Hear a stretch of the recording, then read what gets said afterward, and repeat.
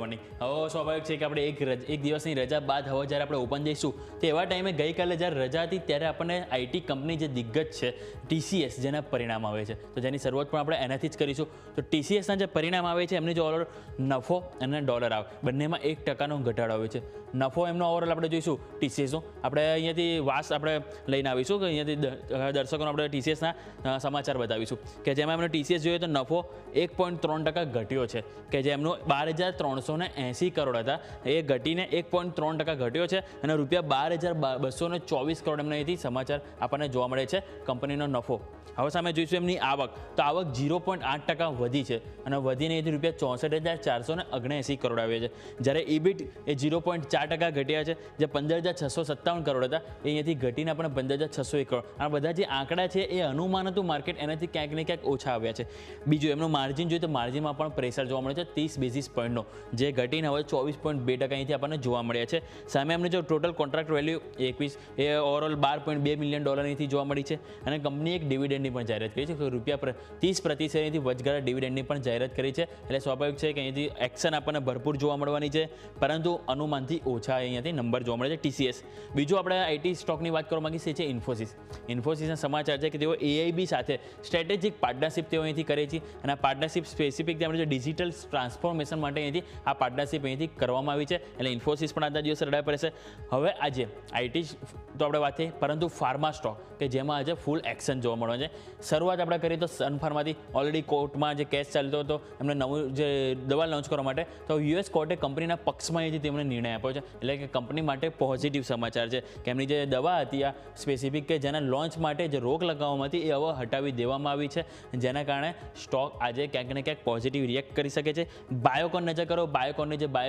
બાયોકોન લોજિક્સની જે દવા હતી તેને US FDA તરફથી અહીંથી મંજૂરી મળી ગઈ છે અને આ જે દવા છે એનો ઉપયોગ કેન્સરના ઇલાજ માટે અહીંથી થતો જોવા મળશે એટલે અહીંયા પણ પોઝિટિવ સમાચાર છે બાયોકોન માટે. ઓરોબિંદો ફાર્મા રડાય પડે છે ત્યાં પણ એક પોઝિટિવ સમાચાર છે કે એમની જે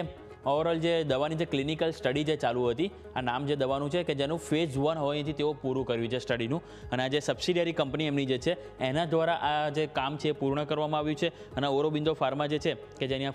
સબસિડિયરી છે ક્યુરોટેક બાયોલોજિક્સ કે જેના દ્વારા અહીંથી ફેઝ 1 સ્ટડી પૂર્ણ કરવામાં આવી છે એટલે અહીંયા પણ સમાચાર છે ઓરોબિંદો ફાર્મા રડાય પર રહેશે. હવે વાત કરીએ આપણે બીજા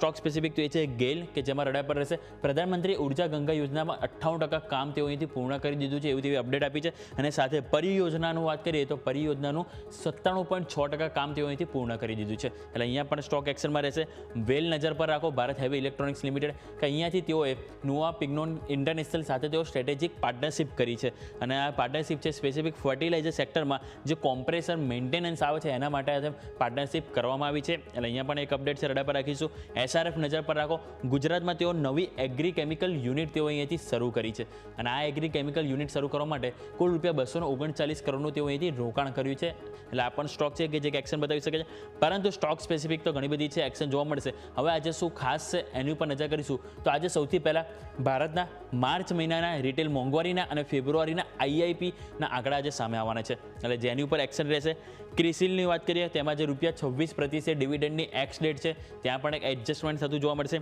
માર્ચ મહિનાના મ્યુચ્યુઅલ ફંડના આંકડા જે એમ્ફી રજૂ કરશે એટલે સ્વાભાવિક છે કે ત્યાં પણ એક એક્શન આપણને જોવા મળશે કે અપડેટ આવશે કેટલી SIP કેટલું લમસમ વધઘટ થઈ જે સામે આવશે. યુકેના ફેબ્રુઆરીના અહીંથી GDP આંકડા સામે આવવાના છે એટલે ત્યાં પણ આપણને એક